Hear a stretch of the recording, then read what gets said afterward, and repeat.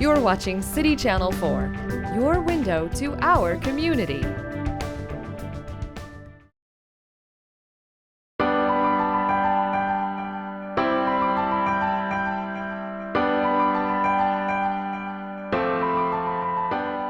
My name is John Iowans. I'm representing Veterans for Peace, one of our sponsors. And I'm sorry, I'll let one of our other sponsors introduce herself real quick. Would you please?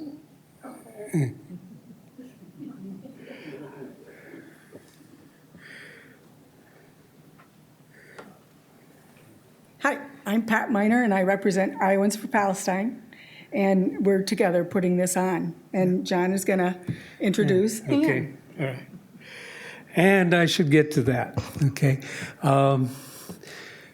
Ann Wright has been a senior member of Veterans for Peace and on our advisory council. She served as a colonel in the United States Army. She resigned her commission in protest over the US policy in Iraq. She has recently engaged in the women's flotilla in Gaza, and she is coming back from that with many stories to tell and other stories and urgent messages from other parts of the world as well. And without much more ado, I would like to introduce Ann Wright. Thank you. Thank you. Thanks, John. Thank you. Well, thank you very much, John, and thanks to Vets for Peace and Iowans for Peace and everybody else for peace for inviting me to come back to Iowa. I and Kathy Kelly were here about the same time last year, and we're here for about 5 days and traveled over much of Iowa, speaking about war and peace. And now that we are in midst of yet one more presidential administration, the discussion becomes, or not becomes, it continues on what our nation stands for, war or peace. And as John mentioned, I've been on the kind of the war-making side of our government for a long time. I was in the U.S. military for 29 years, 16 years in the active duty, 13 years in the reserves, and then I was also a U.S. diplomat for 16 years and served in Nicaragua, Grenada, Somalia, Uzbekistan, Kyrgyzstan, Sierra Leone, Micronesia. I helped reopen the US Embassy in Kabul, Afghanistan in December of 2001. And then I was in Mongolia in 2003 when I decided I could not go along with the decision of the Bush administration to invade and occupy Iraq. I was one of 3 federal employees that resigned over the Iraq War. Thank you. Thank you. There were thousands, tens of thousands of people in our government that knew that was a very bad decision for our country to be doing, and there were millions of you all that were out on the streets all over the world saying to the governments that were going to participate in that tragic war on Iraq that it was wrong. Here we are now 14 years later. It's 14 years since I resigned, 14 years since you all were out on the streets challenging a war on Iraq. We've seen what's happened to the country of Iraq, that the United States has gone back into Iraq because of extremists that are there that are a direct outgrowth, in my opinion, of the decision to invade and occupy Iraq. The numbers of people that we put in prison, and while in prison, many of the people that were there that said, "Why are you putting me in prison?" got together and decided they were going to go after U.S. and other interests. And I think that's the foundation of ISIS and other extremist groups that now we see that have rained horrible series of terrible events on both Iraq and on Syria. and the Syrian civil war, the war being funded now by many, many, many, many nations. And just 3 or 4 days ago, our own country again, in a massive display of terror in the 58 Tomahawk missiles that were sent into Syria. It's something for the Syrians themselves to sort out, and the United States, in my opinion, just like I opposed U.S. intervention in Iraq, I feel the same way about Syria. There's a lot there. Another hot spot, of course, in the Middle East has always been the issue of the Israeli-Palestinian conflict. And I myself got involved in this not as a diplomat. I never served in the Middle East. I served in the places that I mentioned to you, but never in the Middle East. Yet the question always came up, why, to me as a diplomat, to every U.S. diplomat, no matter what country you're assigned to, the question always comes up, why does the United States always support the state of Israel and very seldom even mention the Palestinians? And how can you have such a one-sided policy? And the only answer that I could give as a diplomat was that's just the policy of the United States. And then as an aside of my personal opinion, it is a product of our political system where large amounts of money from special interest groups rule the day in Washington. And indeed, I think that's really what it is, that indeed we've had a lot of politicians who receive a lot of money in their electoral process to support the state of Israel, no matter what it does to the Palestinians. And I am no way as an apologist for rockets that come out of Gaza. I wish those wouldn't come out. But when you have a quarantine, a blockade on a little piece of land, and the people in that little piece of land have really no place to go, you can kind of understand why there are outbursts that take the form of rockets. So that's where I got interested in Palestine. In my letter of resignation in 2003, which I sent to President Bush through Colin Powell, the Secretary of State, not only did I mention my opposition to the Iraq War, but I also mentioned other things that I was concerned about the policies of his administration. One of them was the lack of effort to resolve anything on the Korean Peninsula, to follow up with progress that had been made during the Clinton administration with North Korea, but was being pushed aside by the Bush administration. I also mentioned the curtailment of civil liberties in the United States through the Patriot Act after 9/11. And then I also mentioned that the unbalanced policies of the United States on Israel and Palestine. So those were the parts that were part of my letter of resignation. And then when it was 6 years later, when the Israeli attack on Gaza happened, the Israeli attack that killed 1,400 people in late 2008 and then 2009, when I saw that on TV, the level of destruction, I called some friends and said, as a military person, I find that level of destruction just quite remarkable in that small little place that there's been so much destruction, and I want to go see it. So we flew to Cairo and miraculously got into Gaza. We were only able to stay 24 hours because the Egyptians who control the southern border into Gaza said we're going to close that border in 24 hours and we don't know when we're going to reopen it, and if you want to get out, you better come back in 24 hours. So we stayed up 24 hours. We traveled all through Gaza, took pictures, and came back committed to bring people to Gaza to see it for themselves. And over 2009, from March of 2009 until November of 2009, we took 6 different groups into Gaza to see it. And then we organized what was called the Gaza Freedom March, where 1,350 people from 55 countries came to Cairo, hopefully going into Gaza for one day on the anniversary of that Israeli attack on Gaza. However, the Egyptians stalled us, and only 100 people went in. The next year, I went to Greece because I'd heard about boats that were challenging the Israeli blockade of Gaza. both the land and the sea blockade, but particularly the sea blockade, where the idea was to take boats to challenge, to go all the way to the coast of Gaza and challenge that Israeli blockade with our boats and our bodies.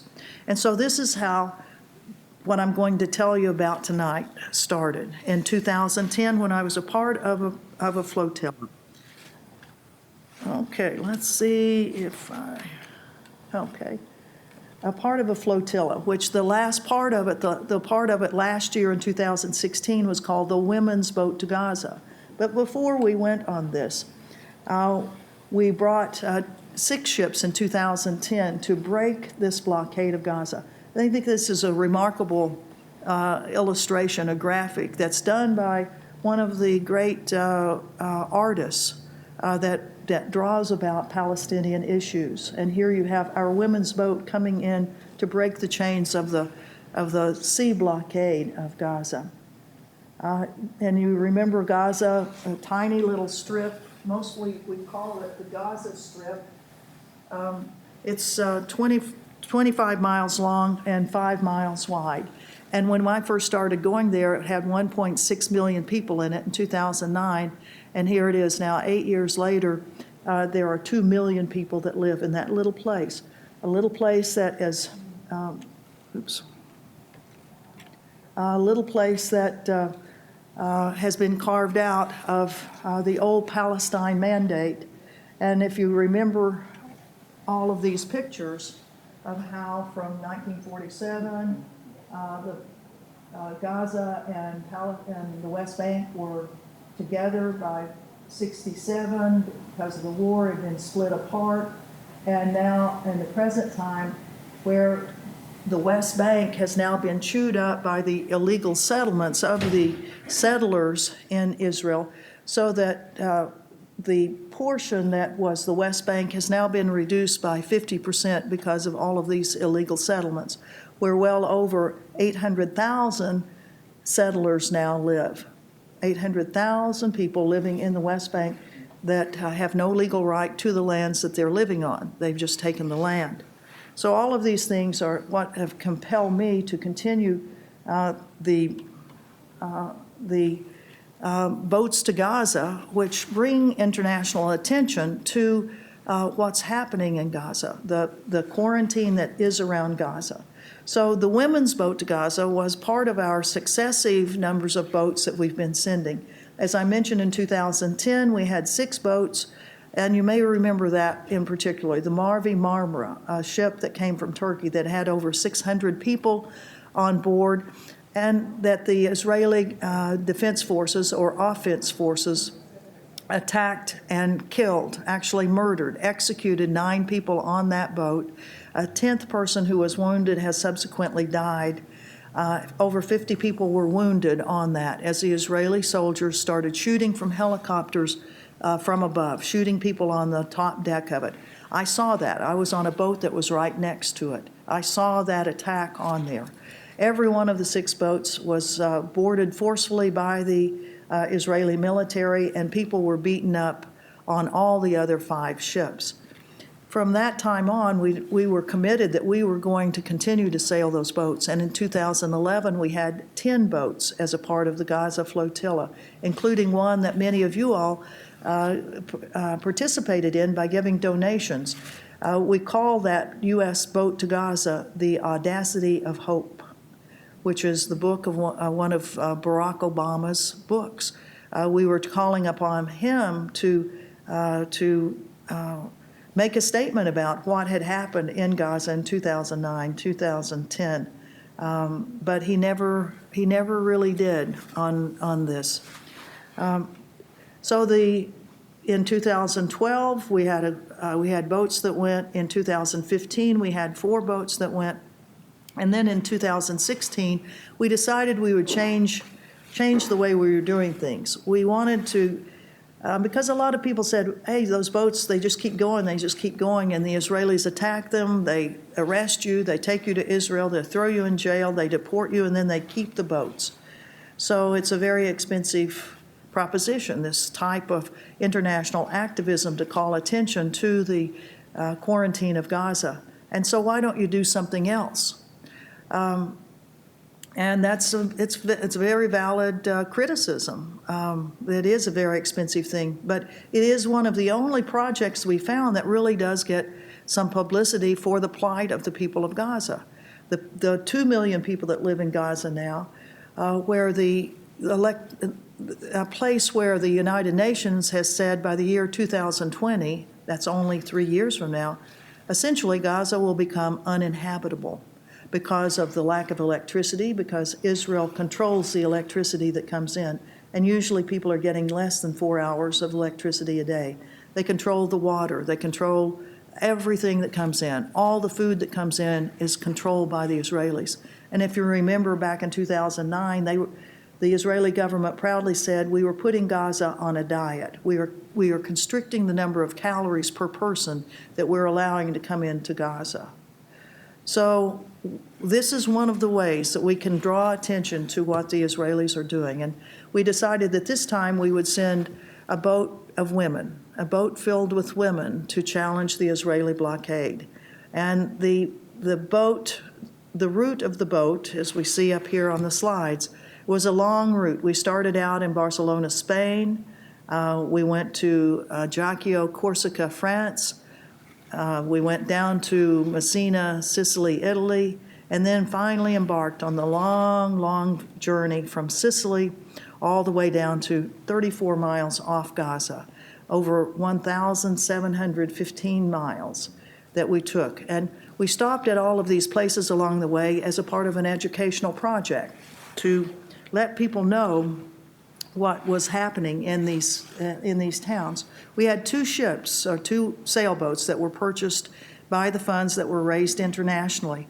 One of them was called the Zaytouna, or the Olivia, in honor of the great product, the olives of the Middle East. And the other one was called the Amal, or hope in Arabic. We had 12 national campaigns that were a part of this. Australia, New Zealand, Sweden, Norway, Canada, Italy, Spain, the United States, Malaysia, South Africa. We had an international group from London called the International Campaign to End the Siege, and Miles of Smiles, another international group.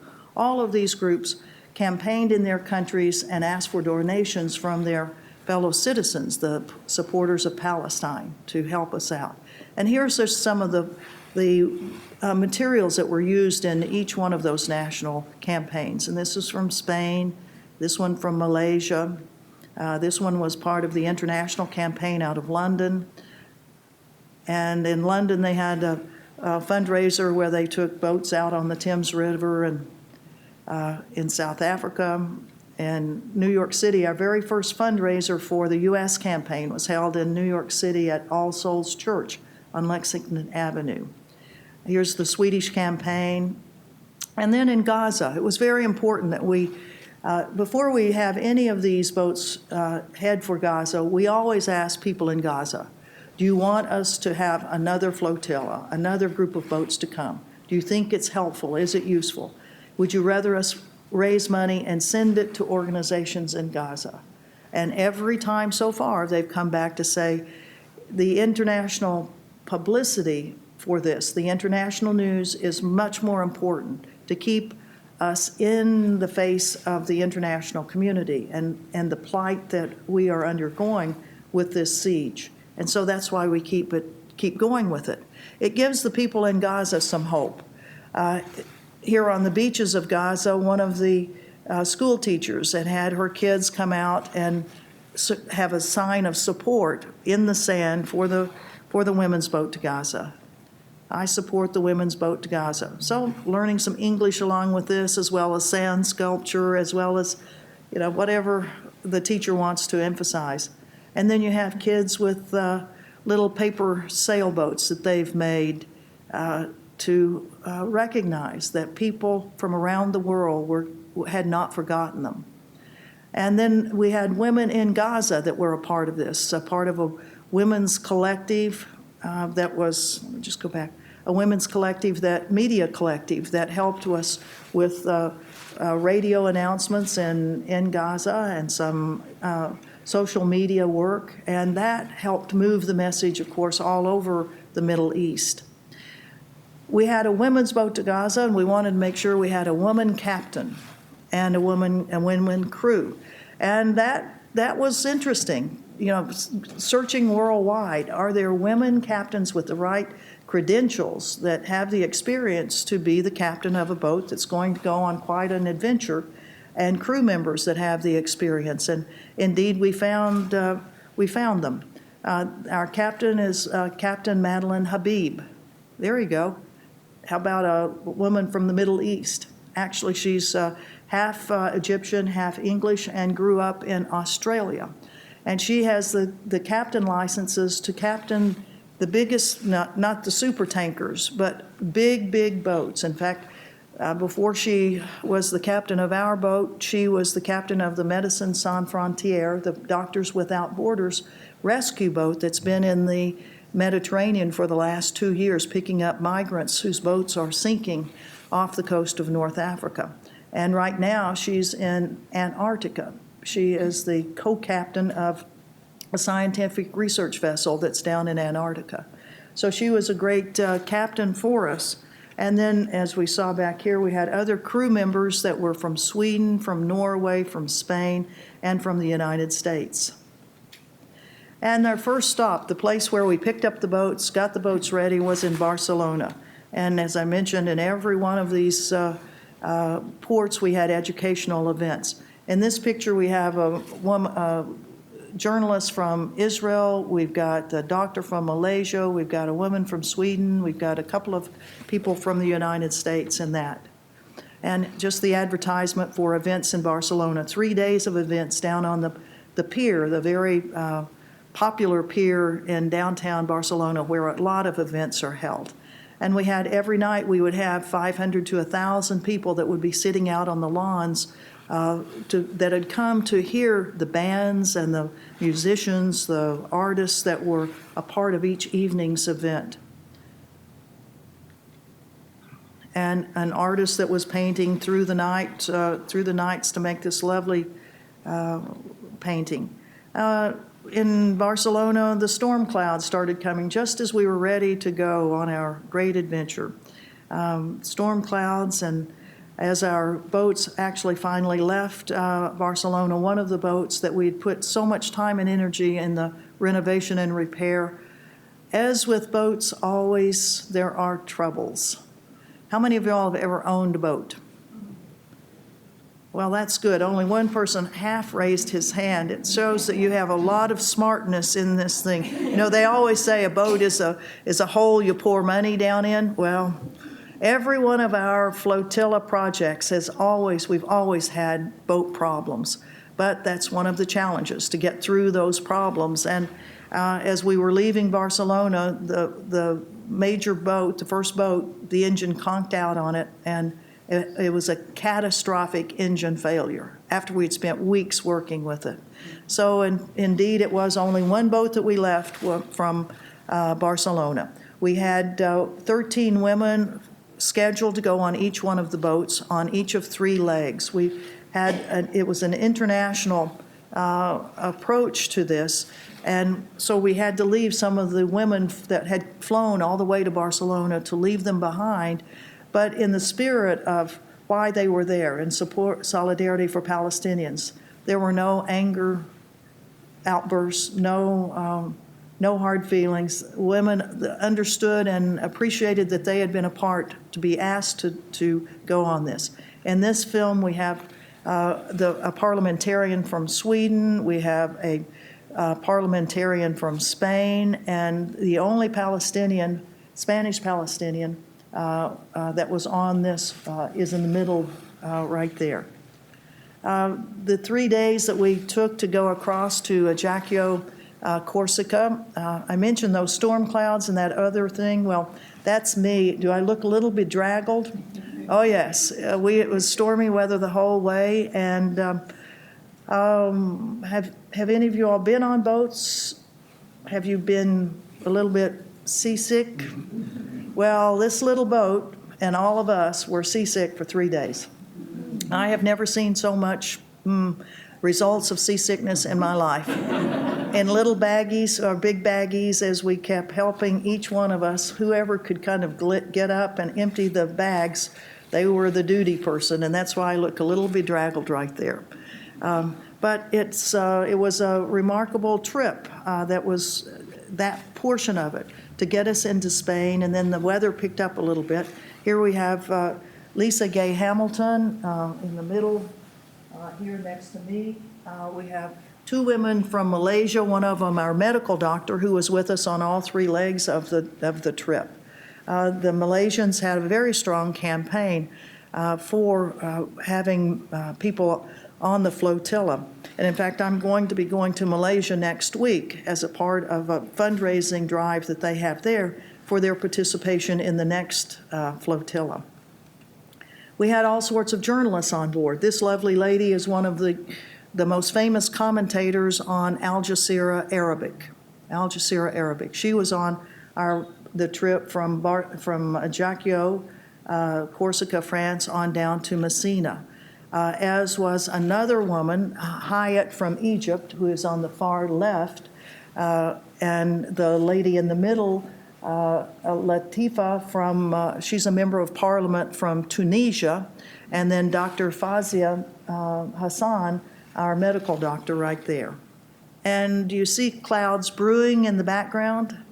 Oh yes, it didn't stop there.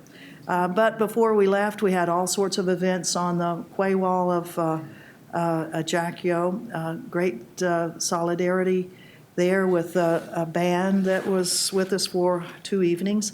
And then 3 days later, we got to Messina, Sicily. And here we had our international press conference in quite a room, wasn't it? Yeah, with all the flags. That's in the City Hall of Messina. And these are many of the delegates that we had from all over the world. From Spain, Sweden, Norway, the United States, South Africa, Northern Ireland. And here's the mayor of Messina on the right, on the screen of your right. If you see on his T-shirt, it says E.T. Well, that actually is Free Tibet. It's the only mayor I've ever seen anywhere in the world that wears shirts with sayings on them. And a good fellow who gave us free run of really the whole city hall. Anything we needed, his administration was going to help us out. And on the left is the Palestinian ambassador to Italy, who had come down to wish us a good trip. And here are some of the other women that were on various legs of the boat. And then these are the ones that were the final ones that were a part of this last leg, the 1,000 miles, 8.5 days between Sicily on down to Gaza. And if you start from the far right, our member of parliament from Algeria, the next person is a Nobel Peace Laureate, Maureen Maguire from Northern Ireland, and Dr. Fauzia Hassan from Malaysia. Then you have the Palestinian ambassador. Standing above her is an Olympic athlete from South Africa.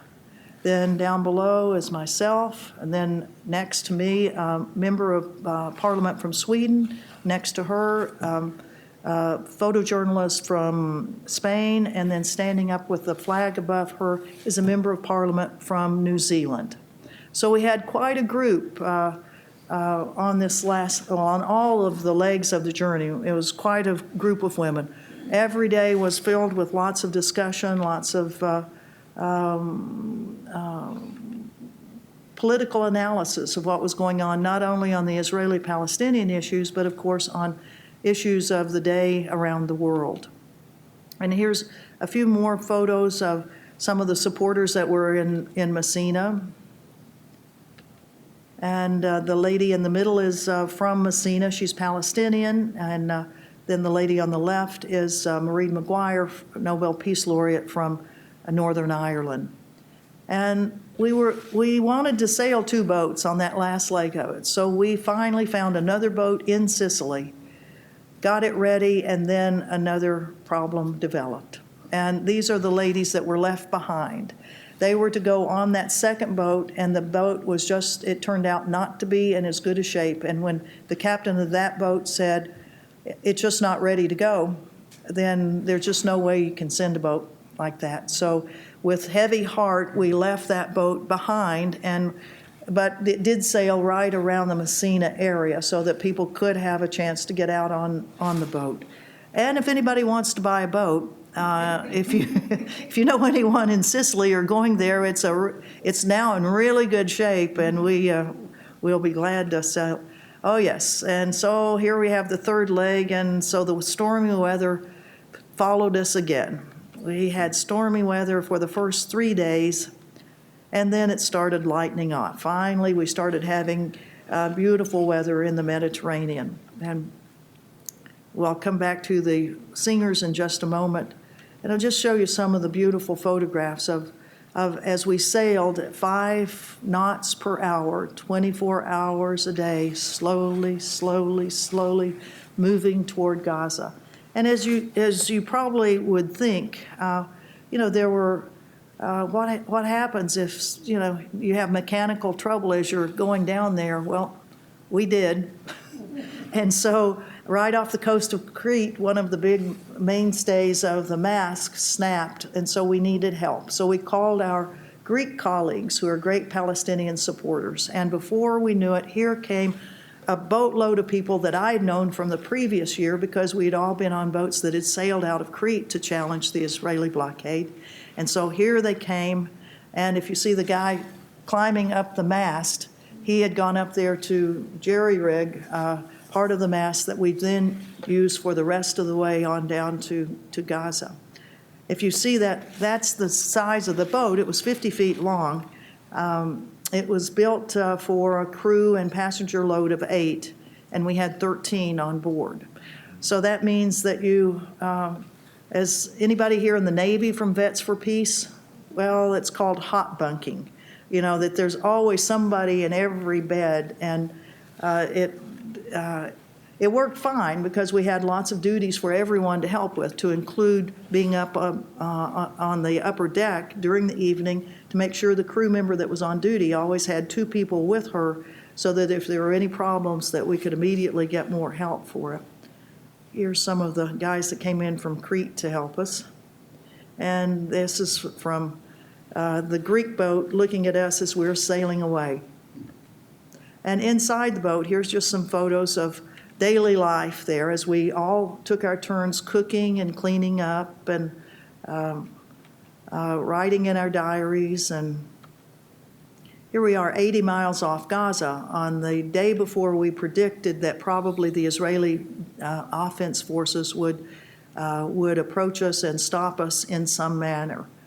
We were hoping that they had read about the ship, and well, we knew they did because in Haaretz and many of the other newspapers of Israel, there had been a progress report every day of, well, we've heard on Al Jazeera that the boat is so-and-so, or we've seen the videos, because the Al Jazeera groups that are women that were on each legs of this were making, every 4 hours, they would have a live feed up to Al Jazeera Arabic. Since we no longer get Al Jazeera English in the United States, there was nothing for it to transfer over. But if you went on the Arabic channels, you would see the every 4 hours an update on where we were, what was going on, what was happening. Lots of fun. We decided we'd cook up all the remaining food we had on board the day before we thought we would probably go on, and we ended up having a lot of eggs. So here are 60 hard-boiled eggs that we had. We were doing a lot of interviews on the boat. We had satellite phones on board, and Maureen McGuire, the Nobel Peace Laureate, who's over on the left side looking like she's sleeping, well, she was, because as a Nobel Peace Laureate on a boat going to Gaza, challenging the Israelis, a lot of news media wanted to talk to her about why she was doing this. Actually, why she was doing this for the 4th time. She is a tremendous supporter of Palestine, and she's been on 4 different flotillas. She has been deported from Israel 4 times now, for a total of 40 years. Dr. Hassan was there on her satellite phone talking with people in Malaysia and also talking to Gaza. We did interviews with the media in Gaza every single day. And here's a picture of our member of parliament from New Zealand taking her turn in the kitchen. And then Dr. Hassan and Mena, who's part of Al Jazeera out of London, taking their turns. And then Leigh Ann, our Olympic star from South Africa, taking her turns on the radio and communications devices. And just chatting in the dining room. And Emma, our Swedish crew member, liking to sing a lot, Sine from Norway, and just sitting slowly making our way toward Gaza. And some beautiful pictures. And here's Mena from London and Huda, who's originally from Lebanon, but she lives in Moscow now. So we had just such a remarkable group of women. And these two journalists who have been journalists in events all over the world, regaling us with tales of what they had done. And as we just slowly started making our way closer and closer, we started putting up all of our Palestinian flags so that there would be no mistake who we were. We were very proud to be sailing to break the Israeli blockade of Gaza. And then, sure enough, in the afternoon of October 5th, in the distance we started seeing some large ships, and there were 5 large ships, and then pretty soon these small Zodiac boats, they weren't really that small, there were 20 people on each one of them that were coming to stop us. We had a radio contact with the bigger ships. Zaytouna, this is the Israeli military. We order you to stop, to alter your course, to go to Ashdod Harbor. And our captain, Madeleine, Habib, this is the Zaytouna. We are on a mission to go to Gaza. We are in international waters. We are proceeding to Gaza. Zaytouna, you have to stop. You have to turn. You're going into the security zone. This is from the Zaytouna. We do not recognize your unilateral security zone over Gaza. We are proceeding to Gaza. This went on for about 30 minutes, back and forth. And then finally we saw the boats coming up as the military approached us. And it was, I'd been on these boats before when the Israeli military has come toward you. And when I was there in 2010, they came with brutal force, lethal force. On other missions that I have not been on, they have tasered people, they have beaten them up. They didn't kill them on those. But there's always been this level of violence with it. So we were wondering what would be the approach with it all women, where they knew every single person on that boat. They knew the biographies of them. Were they going to approach us in that same way? And it was very interesting. They didn't. The first 10 people to come onto our boat were women, young women sailors. They were not dressed in military uniforms. They had baseball caps on. They had jumpers on with GoPro cameras, so they were recording everything. They had no weapons with them, although they did have some backpacks, and we assumed that probably they did have weapons in the backpacks. But there was no confrontation. We had made our decision that our mission was to get international attention sailing to Gaza, and we had gotten that. We were doing this in a nonviolent, non-confrontational way on our part of it, and we were not going to be confrontational with them. So they boarded the boat, they took over command of the boat, and they started sailing it toward Ashdod. They did not handcuff us as had been done in the past. They allowed us to go down below if we wanted to get food, if we needed to go to the restroom, but always accompanied by one of these young women. And it was very interesting because that way we had an opportunity to talk with them. In previous times, the confrontation was so strong that the men that would come on board would not even look us in the eye. Most of them had masks on. They would not respond. In fact, they would tell us, don't talk, don't talk, don't talk. This was different. We could talk, and as we would go down below to go to the restroom or go get food, and the young women would come with us, we would talk to them. We would tell them each one of our stories of, I'm a United States colonel. I understand being in the military, but I also understand that sometimes you have to stand for something different. And I know it's difficult in your military and the way your government's approaching things, but I just want you to know that there are other ways to do things, and tell them about men and women in the Israeli military who have challenged their own government. The group called Breaking the Silence, who many of them have spent time in jail, in prison, for challenging their government, as have young men and women in our own U.S. military who have refused to go along with wars of choice and have spent time in jail. So it was a very interesting time to be able to talk with them as we went on the 10-hour voyage from 34 miles off Gaza to Ashdod Harbor. And as we went in the evening, we started seeing many of the things that we've seen pictures of in magazines and other things. The large number of natural gas platforms that are off Israel and off Gaza. Of course, they're all controlled by Israeli interests, and that is one of the things that people are concerned about, resources of Gaza and Palestine that are being taken by the Israelis. And a very strong suspicion that one of the reasons there's this 20-mile security zone off Gaza is so Israel can slant drill without any ship going over and identifying what they're doing. And here's some more pictures of some of the gas areas. This one I want to show you because as we were approaching the shore, as we got closer and closer, straight ahead and then to the north, to the left, you could see all the lights that are Israel. And if you look right up here, from here on up, all of those lights are Israel. And then from right here to here, that's Gaza, the darkness of Gaza. No lights in Gaza. And here it is in the nighttime, no lights because of the lack of electricity, the perpetual darkness that is Gaza because of the policies of Israel toward Gaza.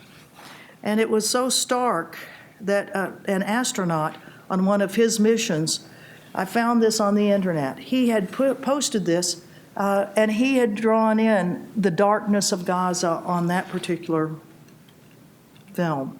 This is a picture that was taken from land by a photographer as we came into the port of Ashdod at midnight after that 10-hour time that we were with the Israeli military.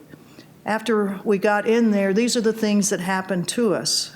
We were interrogated at the Ashdod harbor, charged with entering Israel illegally. We were in international waters when they stopped us.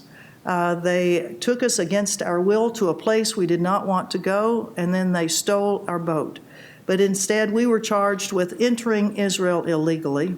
We were taken to Givon Prison, and we demanded our lawyers, we demanded to be seen by diplomatic representatives.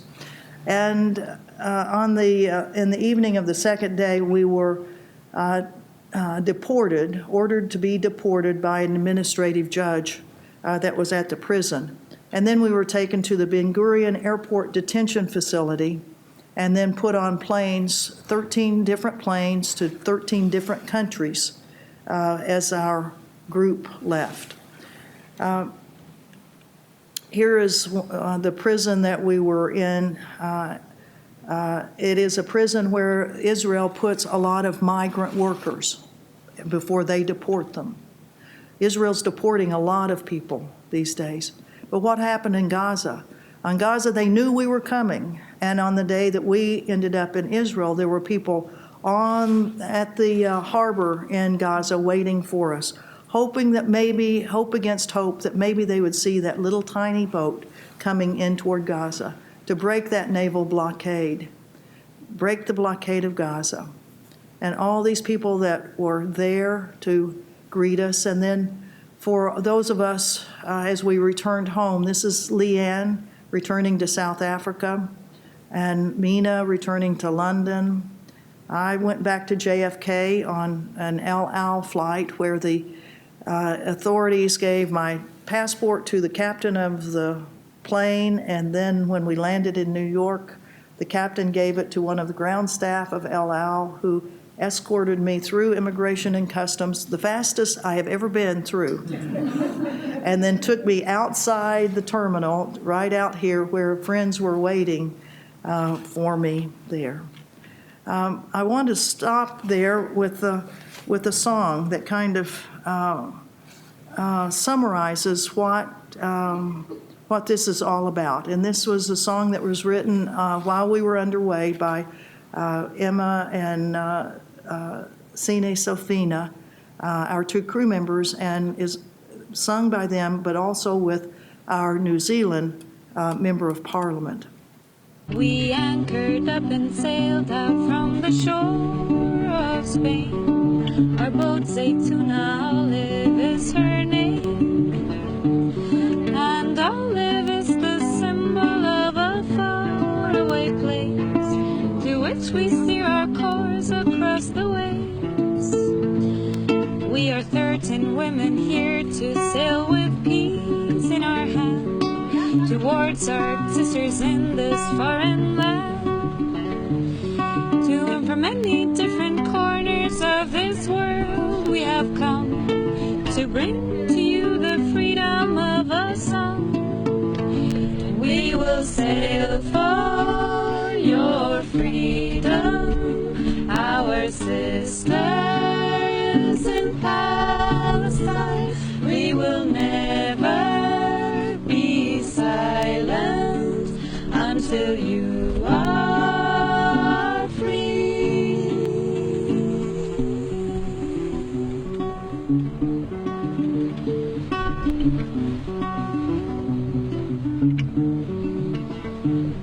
We are guided by the lights of the stars at night, and the power of the sea so very bright.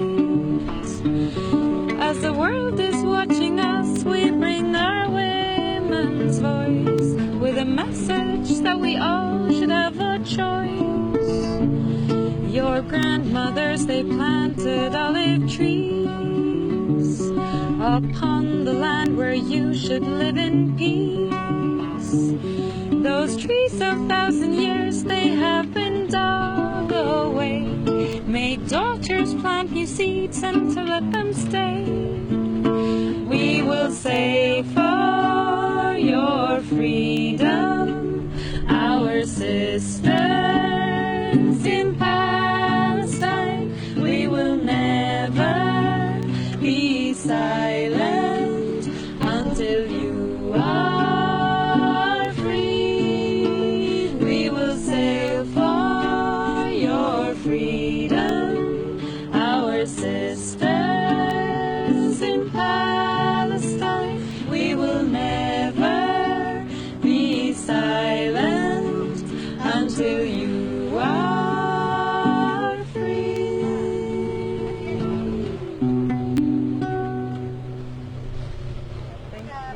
Wasn't that beautiful? Well, that kind of sums up exactly what this all is about, that we will keep sailing these boats until the people of Palestine are free. And we hope that you will join us in the next time that we do this, which will be in 2018. We're giving ourselves a year and a half so that we can have a larger fundraising program and get bigger boats than just those that will hold 13. So we still are using the website that we have on this piece of paper, Women's Boat to Gaza. If anyone wants to donate toward that, you're most welcome to, because we are still in we are fundraising for that. We used up all the money that was kindly donated to the U.S. campaign during this last year and a half that we were campaigning for our share of this, and so now we're embarked on another one. But before 2018, we have something else that we want to do.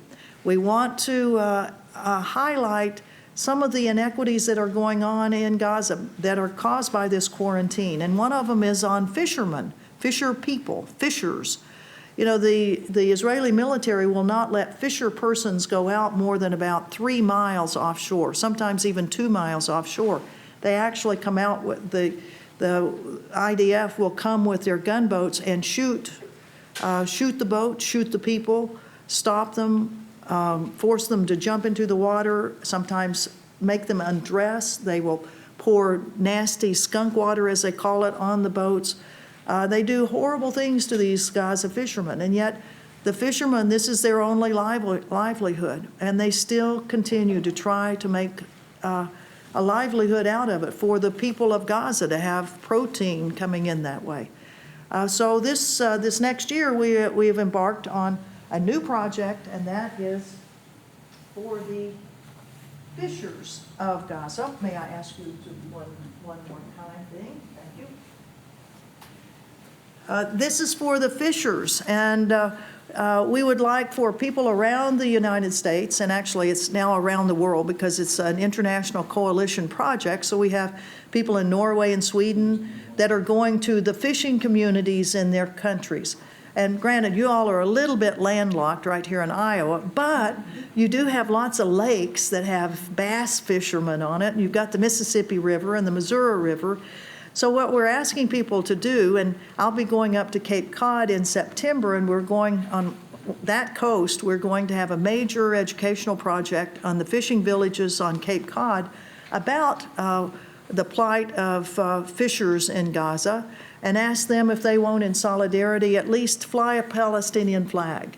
And if maybe they wanted to donate a portion of one day's catch to the fishers in Gaza, and we will collect that money, special money for that project, and we will be buying fishing equipment that we will get into Gaza. I won't tell you how, but we have a way.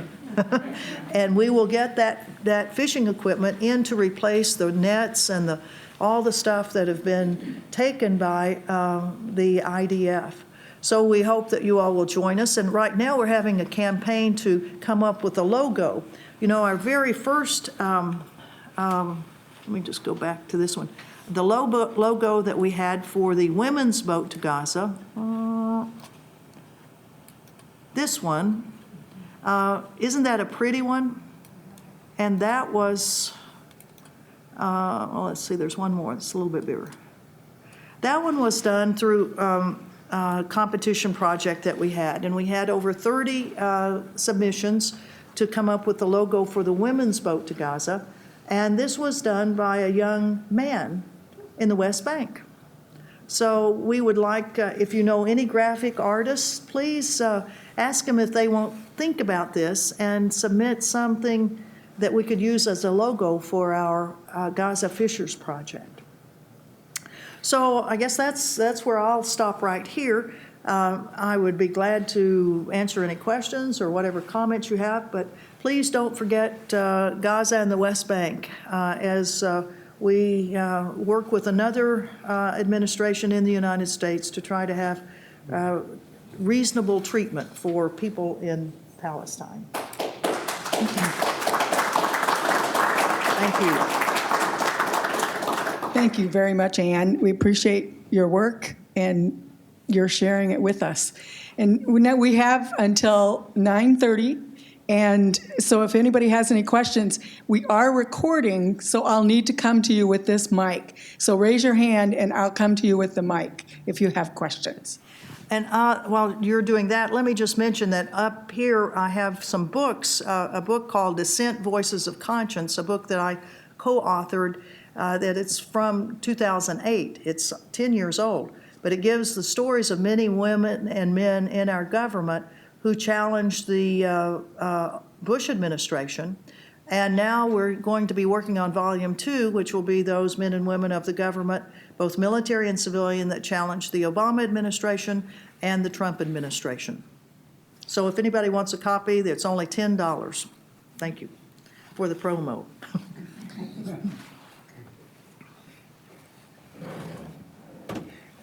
In behalf of Chapter 161 for Veterans for Peace, we would like to award Ann a token of our appreciation, a Peace Bronze.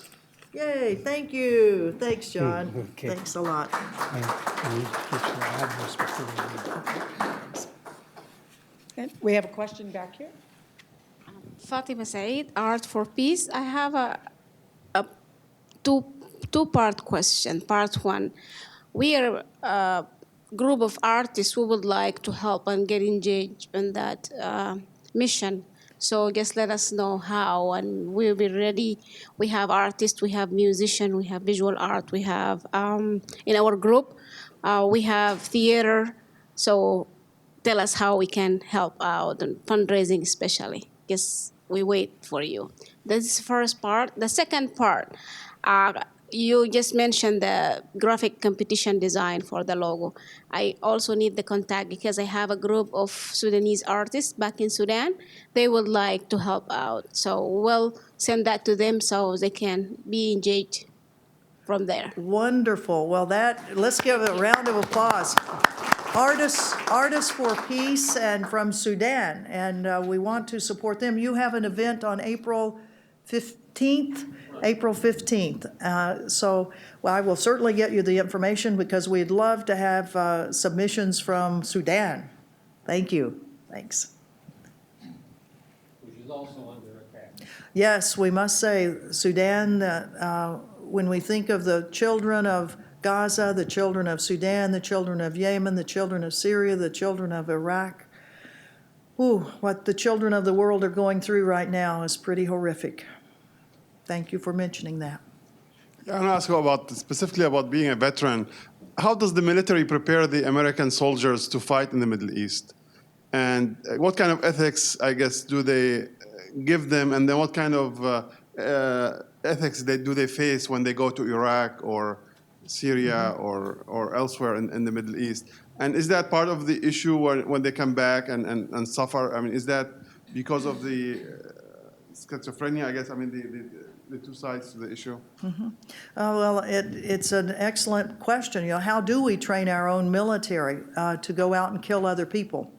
How do we train them? Do we train them to, we train them to kill. And the killing part of it, despite what the information that they may be given about the culture of a country. Appreciate the culture, appreciate the arts, appreciate the people, accept that your job is to go, if we tell you to, you've got to kill them. And that's where the schizophrenia, the post-traumatic stress comes in, that young men and women who come from environments like Des Moines go through an 8-week training course and then maybe another advanced training course of 8 weeks, and then they may find themselves in Iraq or Syria or Afghanistan. And then they're told, you have to kill someone. And the training of the military is to get them ready to do that. And it's a training that dehumanizes the person, the group, the culture, the nation, that our nation has told these young men and women that has done something that is evil, that's something against U.S. national interests. And then when they get over there, it's like, how could this country have threatened the United States? How could this have happened? I can't see that they're threatening anything. And when they start questioning it themselves, that's when the trauma starts. And some men and women, even while they're in these countries, start refusing to obey orders and refuse to obey orders for their own conscience. And then they are court-martialed and put in prison. But many of them that we know come back in much better shape than those who go ahead and do the killing and then realize that was not good. And the images of the people that they've killed, the images, the faces, and you can talk to these young men and women, and I'm sure you've got plenty of them right here in Iowa City that are attending the University of Iowa. If they will talk to you, they would say, yes, I can remember those faces. I know exactly the face of that person, and it haunts me every single night. And as we know from our Vietnam veterans, from our Korean War veterans, our World War II veterans, it's something that will not ever go away. So if we want to protect our young men and women, we must force our politicians to stop these crazy wars of choice that put these young kids into the military and force them to kill. Thank you. Yes, Colonel Wright. Today, Secretary Tillerson, as part of the continuing engagement of the present administration in Syria, said that we would continue to stand against those nations that kill children. And I've read numerous reports of United States having killed women and children, and I wonder, in your experience, how do policymakers and how do those who must deal with the public work with this hypocrisy, this duplicity that is just so patently plain? I mean, how does a person do that? How do you stand up and tell such a bald-faced lie when you know what the reality is on your side? Well, they're called politicians, and they get away with it. They lie to you, but here you have a guy that has not been a politician. Rex Tillerson was the head of ExxonMobil. I suspect there were a few kids that were killed because of the policies of ExxonMobil that he doesn't really want to face. If you look at what the United States has done under the short time the Trump administration has been in, and then you look at the 8 years of the Obama administration, the 8 years of the Bush administration, it's not a political party discussion, really. All of them do it. All of them are killing kids all over the place.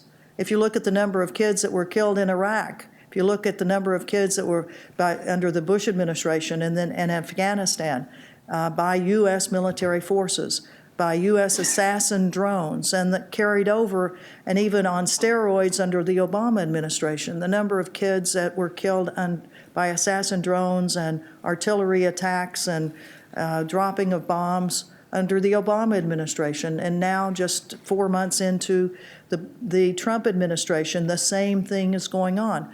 So Rex Tillerson is picking up the thread from President Trump, who somehow was remarkably moved by the images of the kids that were killed in Syria, and he should have been moved, but when you look at all of the other kids around the world that have been being killed, that if this is the first time he's seen kids that have been killed because of military operations, I'm shocked.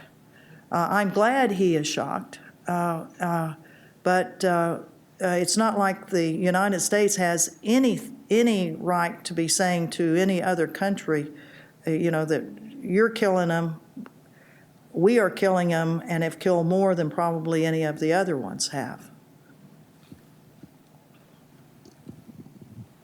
I just want to ask about have the Israeli soldiers themselves, has there been any evidence or case studies done on how they rationalize? Are they experiencing the same kind of post-traumatic stress that United States young men and women experience as a result of killing other people? Mm-hmm. Is there anything being done? Yes. Yes. The Israeli youth are subjected to probably more intense nationalism than U.S. youth are. They are forced to join the military. Every young person of the age of 18 in Israel, man or woman, has to join the military. However, there are some who refuse to join because they know they're going to be sent as occupation forces into the West Bank or as machine gunners along the fence of Gaza. So there are some that call the Shemestine, the 12th graders, who at the age, as they graduate from high school, make a public declaration that I'm not going into the military. And every year, there are 20 to 30 to 40 young women and men who go directly from high school to jail because they refuse to go into the military because they're not going to participate in that. Then we have others who have been occupation forces and have been at checkpoints, who have done the inhumane, brutal checkpoints, and who later on go, I shouldn't have done that. And they're part of a group that's called breaking the silence on what we have done. And in fact, here we bring many of those young men and women to the United States to talk to American audiences about what they have done. Now, the issue of post-traumatic stress within military soldiers, I would think I don't have any specific figures on this, but I have no doubts that the Israeli military is having to deal with post-traumatic stress, that the Israeli society is having to deal with young men and women just like the American society is having to deal with them. The kids now, once they get out of the military, they start going on drugs, they start having very erratic behavior, they may be violent in their own homes, that they, just like young men and women in our own communities are, they may be committing suicide. I don't have the statistics on it, but I think it's there if we go look for it. Thank you.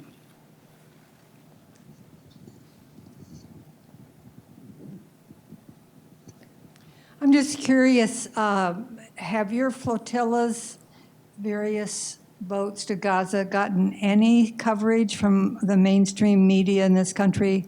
Or have you noticed an increase of coverage with each flotilla? Well, thank you for asking that. I should have mentioned as I was giving this talk and talking about Al Jazeera and all the things that they were uploading to satellites and it going all over the Middle East and actually all over Europe, I should have said, and how many of you all saw in the United States that this flotilla was underway? Maybe a couple of you because you saw it on social media. Democracy Now! And Democracy Now! After we were captured, Democracy Now! Had something on it, yes.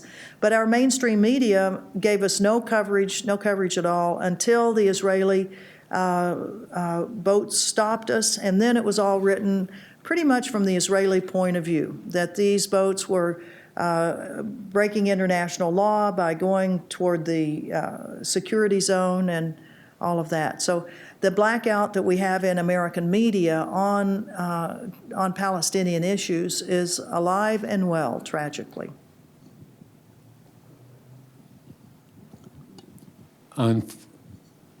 Unfortunately, it should be pointed out that the vast majority of Israelis have been sufficiently influenced by their media that unfortunately Palestinians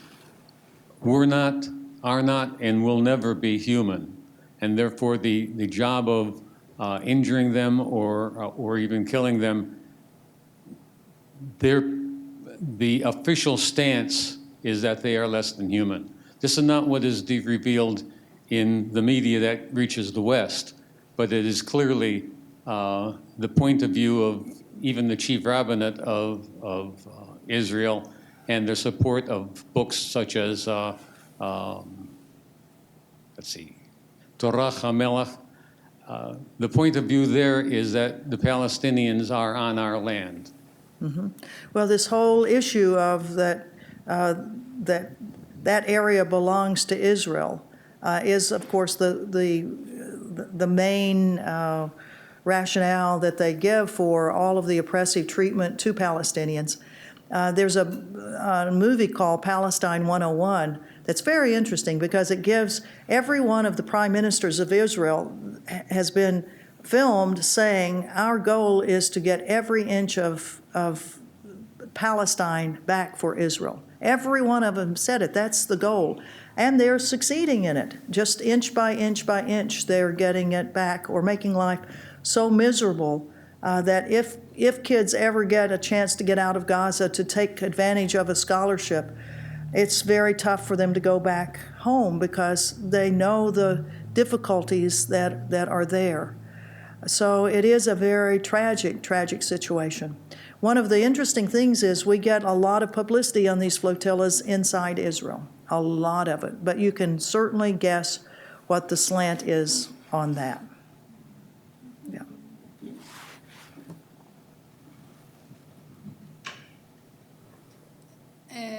Do you think, in your opinion, that going on boat and the expense that you go through is better than they give them the money to eat and to, they are in a very bad situation from all aspects of life. Even school children, they can't go to school without somebody protecting them. The situation is very bad. So what do you think, beside the media or making attention to the situation in Gaza, how it's benefiting the people of Gaza? Well, it's always a good question, and the question that we ask the people of Gaza first before we start one of these campaigns. And the answer we've gotten back from them so far is that it is so important that our story be emphasized in some way in international media, that the $100,000, $200,000 that it takes to do these boats, considering the immense needs that are in Gaza, that money they feel is better spent by doing another one of these boats, that there is publicity in the Middle East, there's publicity in Europe, that it's worth it. At some stage, if they say, no, we've had enough of it, we don't think it's worthwhile, then we will stop. Because you are being stopped by the Israeli, and no way they will allow you to go to reach Gaza.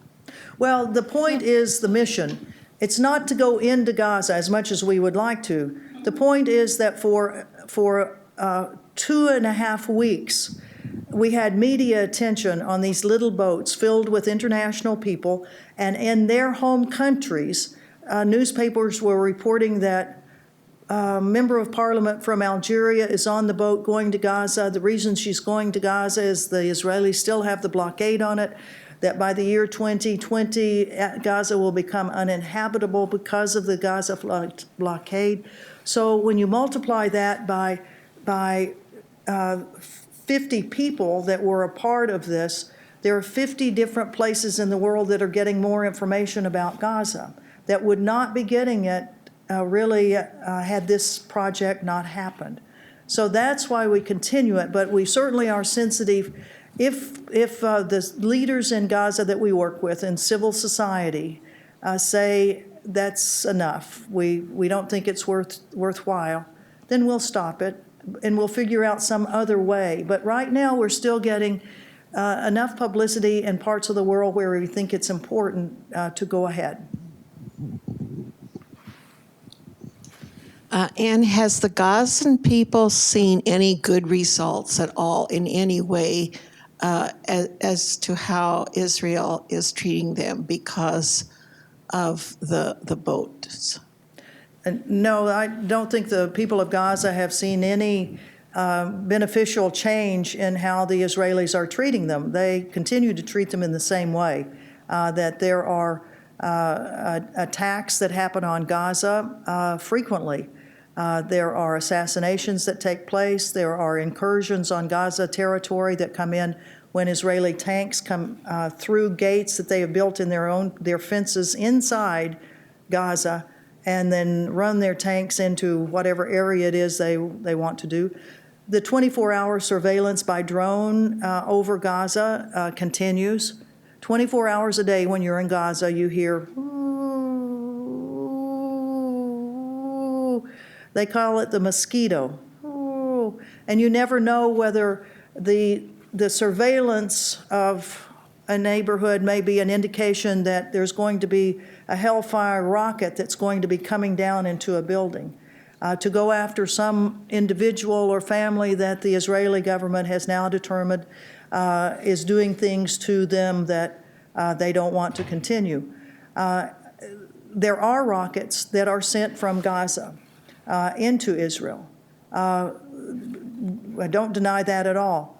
They're usually unguided, homemade type rockets, and that very seldom injure anyone. Any injury I deplore. I don't want that to happen at all. But when you see the level of oppression, when you see one of the strongest militaries in the Middle East, that being Israel, against a population of 2 million that has no military, that has some militias, that has some people that know how to fire some rockets, but essentially it is shooting fish in a barrel. It is the place for experimentation of weapons that the U.S. gives to Gaza, or gives to Israel to practice on the people of Gaza. The United States furnished in 2009 what was called the dime bomb, the dense inert metal explosive bomb, that doctors, international doctors who were in Gaza during that attack in 2009, Mads Gilbert from Norway has written 3 books on the types of injuries that he has seen as a doctor there. This dime bomb, as it comes into a building, like through the windows, they target specifically. I mean, some of the targeting is remarkable. They want to get everybody that's in this room, so they'll send a rocket right through here, and that dime bomb atomizes the metal that's in it so that it sends out a sheet of little atoms that will decapitate people, that will cut their arms off, that will cut their legs off, that will cut. He said he's never seen anything like it, and that is the effects of an American bomb used for the very first time on human beings by the Israeli military on the people of Gaza. So it is a practice field for the United States and Israel on human beings in Gaza. I have a hard time thinking how our military can, Sorry, we have to be on mic, or we can't hear you. It's just difficult for me to understand how a military person could approve of that sort of weapon to innocent people many times. Well, and if you think of here in the United States, where every Terror Tuesday, President Obama got the list of the numbers of people that our intel community, our intelligence community, said were a threat to the United States, whether they be in Yemen, Somalia, Afghanistan, Iraq, now Syria, and Libya on that list, that on Tuesdays, the President of the United States read the short little paragraph about why that person ought to be extrajudicially executed by the United States of America. And he gave the order. It went to the military and right down the chain of command, and perhaps it was right here in Des Moines, Iowa, at the drone base now that you have here in Iowa, where some young Air Force man or woman may have been the person that tracked that particular person and then pushed the button that sent the Hellfire missile down to kill him. So we are all part of this thing. We're part of a nation that really lets this go on. So I would say join us at Creech Drone Base out in Nevada in 2 weeks, where we'll have another protest there, or join the group in Des Moines as they protest outside the international airport at the National Guard attack wing that's there. We have to use our voices to tell these politicians that we don't want this sort of stuff going on. And until we raise our voices loud enough, and until we find politicians that we hope we can trust, that if we vote for them, they will stop this insane madness of warmongering that we have as a part of the national policy of the United States. Until we do that, we're just in for more of it. How can you compare, I guess, I mean, you've worked with the international activists from other countries, and it seems to me that the American society in general is the staunchest supporter of Israel. I mean, what are the reasons in this country here that we are so biased toward Israel compared to other activists from around Europe, other places in the world?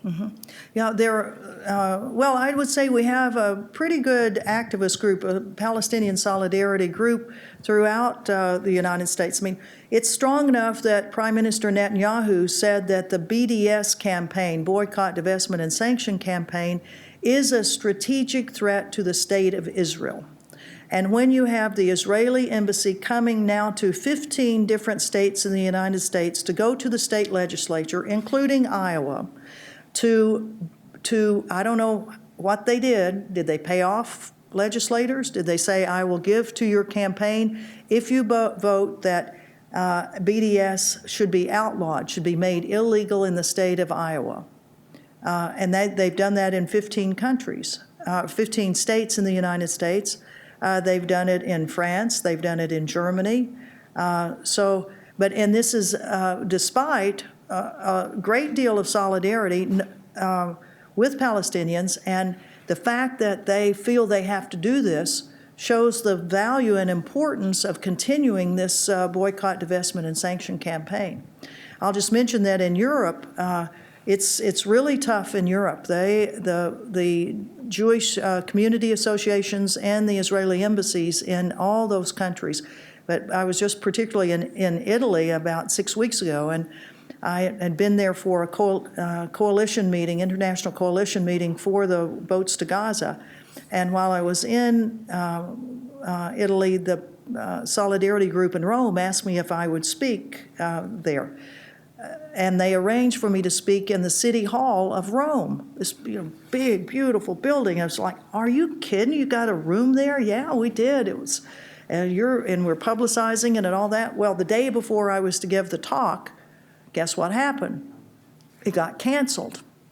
Well, the good activists that they were, they immediately got on all the media. They started sending out press releases that due to an Israeli embassy pressure and the talk's been canceled, but we're going to have it on the steps of the City Hall. So that next day, here I was, dressed up, ready to, and speaking, giving my spiel on the steps of the Rome City Hall to an audience that you would not believe. We probably had 50 news people, cameras, all sorts of publicity.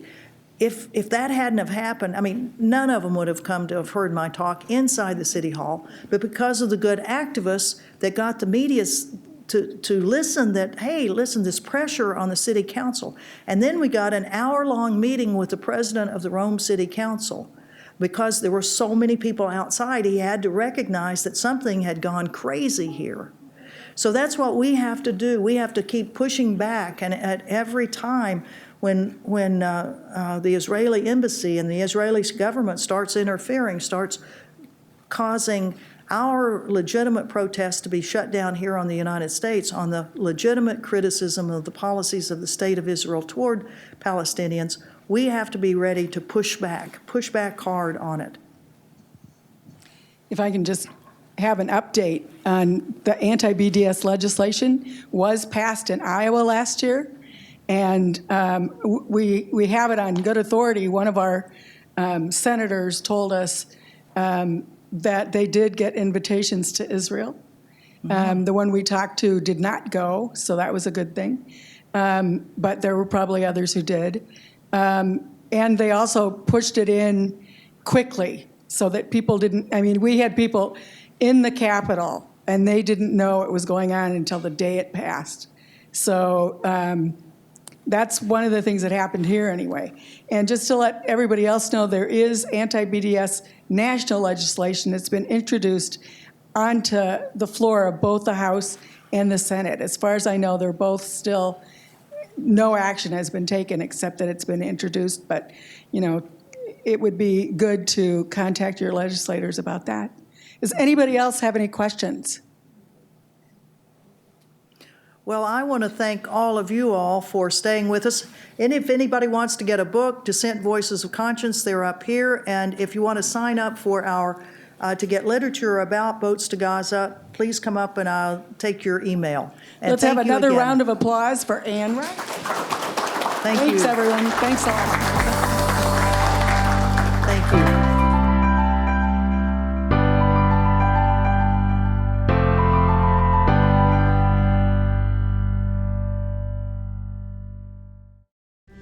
You're watching City Channel 4.